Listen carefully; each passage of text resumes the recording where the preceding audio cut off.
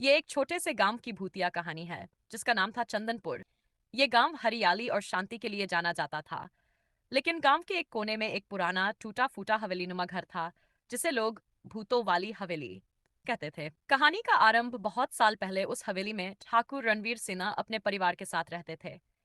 एक दिन किसी कारणवश ठाकुर पूरे परिवार सहित रहस्यमयी तरीके से गायब हो गए। उसके बाद से हवेली में अजीब अजीब घटनाएं होने लगीं। रात में रोने की आवाजें, खिड़कियों का अपने आप खुलना बंद होना और कोई अदृश्य ताकत घर के आसपास घूमती हुई महसूस होती थी। गांव वालों का डर, गांव वालों का मानना था कि ठाकुर और उनका परिवार मारे नहीं गए, बल्कि उनकी आत्म हिम्मत नहीं होती थी उस हवेली के पास जाने की, खासकर सूर्यास्त के बाद। एक जिज्ञासु युवक की हिम्मत। एक दिन गांव में राजू नाम का एक पढ़ा लिखा युवक आया। उसने गांव वालों की बातों को अंधविश्वास माना और ठान लिया कि वह रात को उस हवेली में जाकर देखेगा। गांव वालों ने बहुत मना किया, लेकिन राजू नहीं माना। भयानक रात रात को राजू अपने साथ एक टॉर्च और कैमरा लेकर हवेली में गया।